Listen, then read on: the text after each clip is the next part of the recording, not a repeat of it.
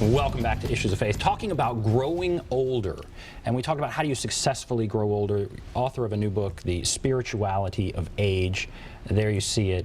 And you all have that notion of how do you successfully grow older, a very difficult question to answer.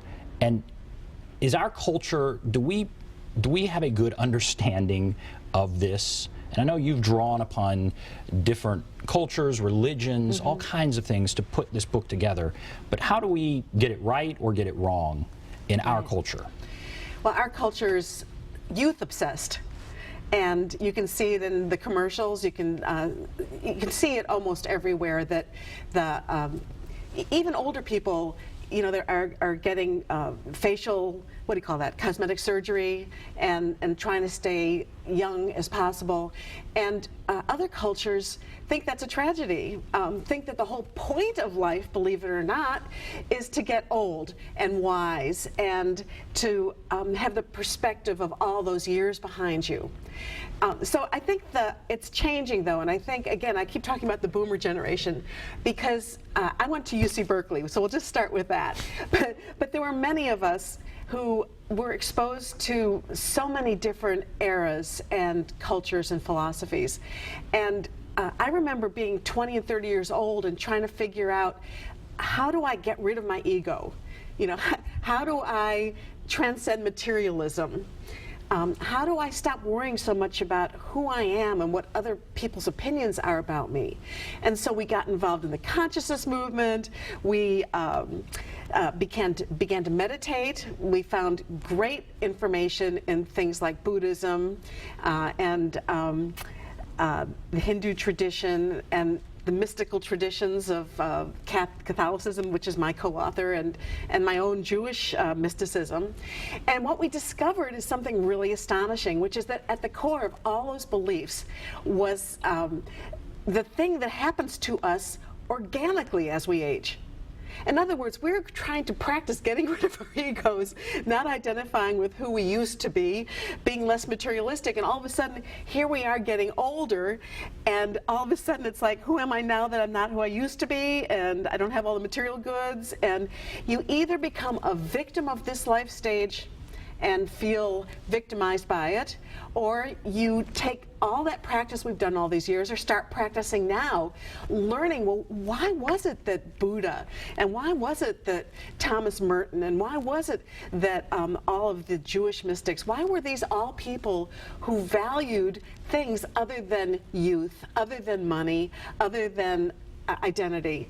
And lo and behold, there's this awesome gift that aging brings to those of us that have been seeking, we start to find.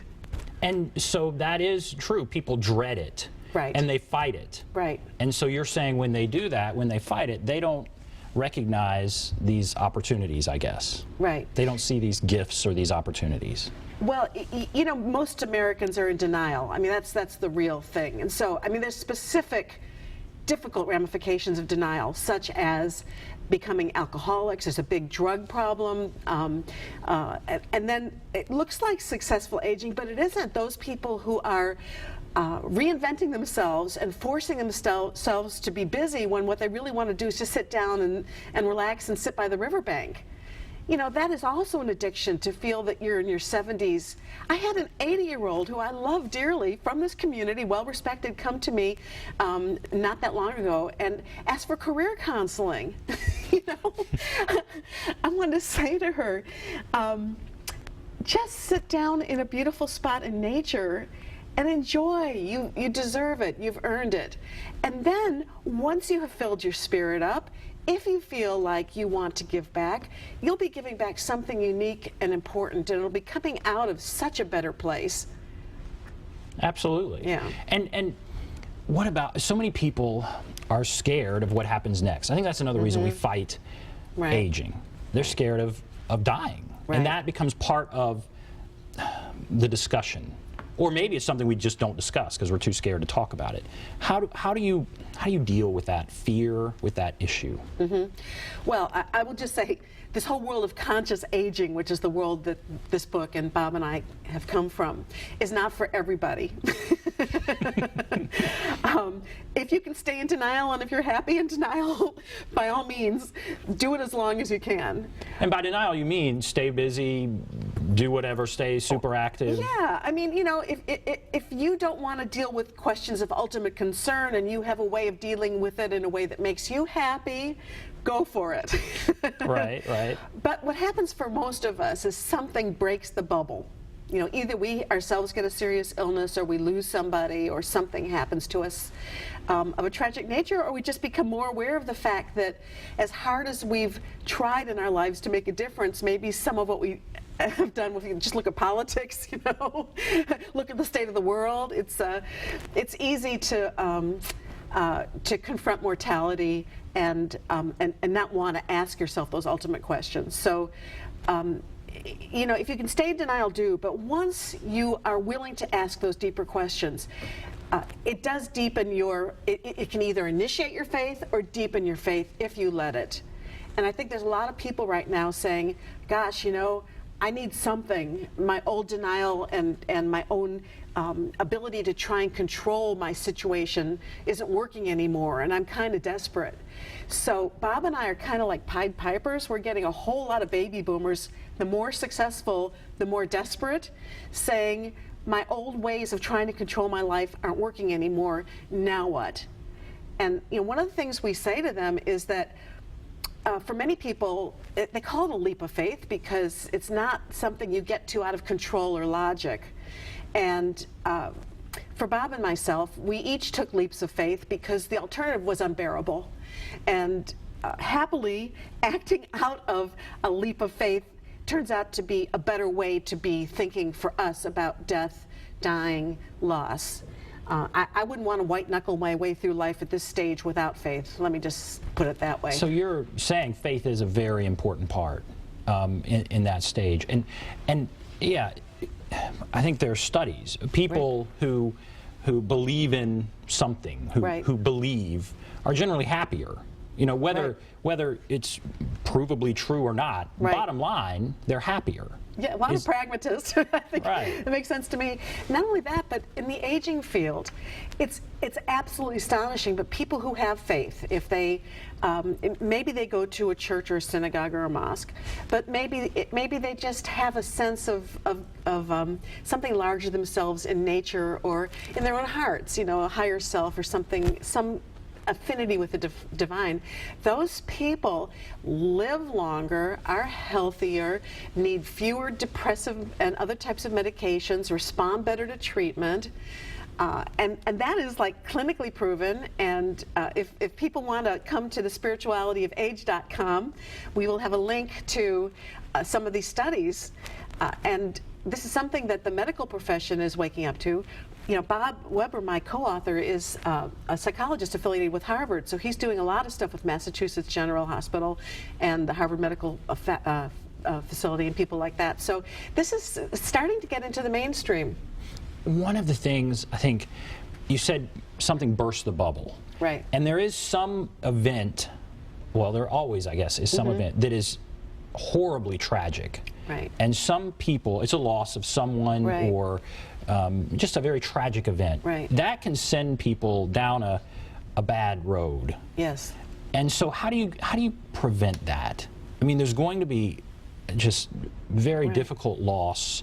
How do you not become like, oh, all is lost and bitter and angry and unhappy? How do you deal with that? Well, this book started about 10 years ago when I was caretaking the death of my own mother. And I didn't like how she was dying. And by that I mean not only was it a difficult and a long death, but she had no faith, and she was a victim of every circumstance. And it was difficult for me. And watching her and and in the end, by the way, I do believe she had some redemption. I think she did it. It was leading up to that. And I thought, why should peace come in the last 5 minutes or 10 minutes of your life? And I started to explore it. In fact, I went and got my doctorate in history and critical theory of religion from Vanderbilt, because I wanted to start studying religion as a phenomenon. Why do some people have it and why do some people not have it?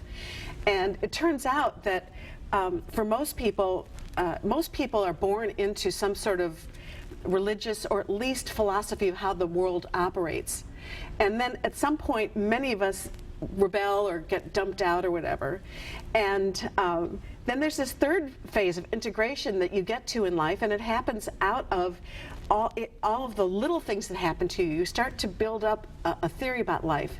As Einstein and Carl Jung said, at some point you start to build a theory of life that answers the question, do you think that this is a loving universe or not? And that is the most fundamental question that you need to ask yourself. When do you think you know the answer to that? Well, that's the interesting thing, because I was studying conversion theory while I was at Vanderbilt, and for some people it appears to be like a moment of realization. You know, I'm so desperate, and then God comes to me, and all of a sudden I have faith. But really, that comes out of a long, for most of us who go through that second phase of rebellion, in order to get back into religion in a less childlike way, in a more mature way, that will go the distance through the pain and challenges of aging. It's more like water piling up behind the dam. And you keep asking yourself questions every time something happens. You keep your mind open and you say, where is God in this? Is denial working for me? What happened to my control? And here's somebody who has lost more than me and they seem happy. Why are they happy? So you start with your eyes wide open, asking questions of yourself and of the universe. Those are called the questions of ultimate concern. You know, what are these ultimate questions? Is this a loving universe or not? And eventually, like the water piling up behind the dam, there can be a moment that feels like it came out of the blue, out of nowhere, but really you've been working at it for a long period of time. And so that's, you know, The Spirituality of Age, our book, is really the 25 questions we ask are those questions that are like the water piling up behind the dam. That we don't tell you the answers, by the way, and Bob and I don't always agree.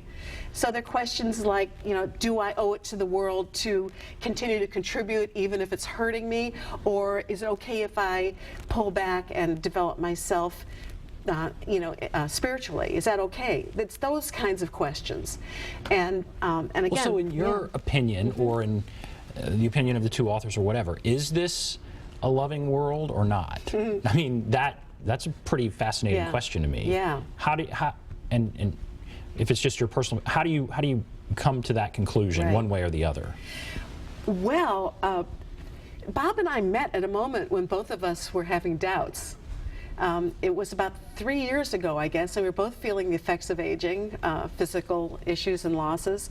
And we met at a conference on it's the American Society of Aging, and he had just presented and I had just presented, but we hadn't ever talked personally, and we bumped into each other in a stairwell. There were thousands of people up and down, or this or that, and I had just heard Bob speak, and I said to him basically that, you know, is this a loving universe or not? And he said to me basically, gee, I was expecting an expert, by the way. I was expecting him to pontificate. Right.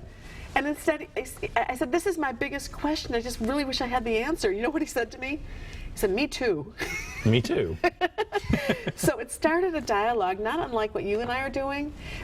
We spoke at least an hour or two every week for a couple of years. And I wanted to answer that question for ourselves, and so we are voracious readers. We have different areas of expertise. We started reaching out in our social networks and started compiling information and supporting one another. And lo and behold, we had been we'd been seekers all of our lives, but all of a sudden, in the midst of this conversation, we really started to experience ourselves as finders. And why I say that is, as each of us started having experiences that would have thrown our faith in the past, instead we found our faith growing stronger. And I think a lot of that was having a companion to talk it through who was knowledgeable and educated, and bringing in all these other resources that I hadn't known about, and neither had Bob. And that's a critical stage, because I think it can go either way. You can start having these tough events, and you can hit the rails, or it can drive you in a different direction. And so that's so important. Okay, we have about 2 minutes left, and I want to. You have 25 questions in here, 25 key questions, and you talk about seekers. Right. So explain all of that in about 2 minutes. You don't have to go through the questions, but kind of give us the overview. I think seekers are people that do start asking them the bigger questions, and many of us have been asking these bigger questions all of our lives, and are just so thrilled to finally be getting some answers. One of the answers, however, is that some things are just mystery, and getting along.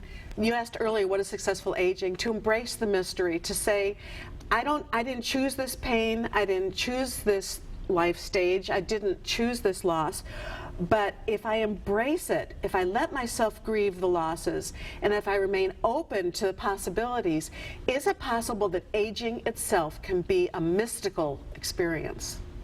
Fascinating. Well, I want to thank you for coming on.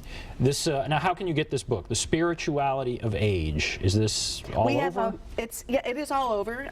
We have a website, spiritualityofage.com. It's in retailers, and it's online bookstores. And if we're in Nashville, Parnassus Books has a big supply of them on hand. You'll be speaking at Parnassus a little later. But yes, thank you very much, Dr. Carol Orsborn, the co-author of The Spirituality of Age, A Seeker's Guide to Growing Older. Thank you for being with us. Thank you. Thank you for watching Issues of Faith.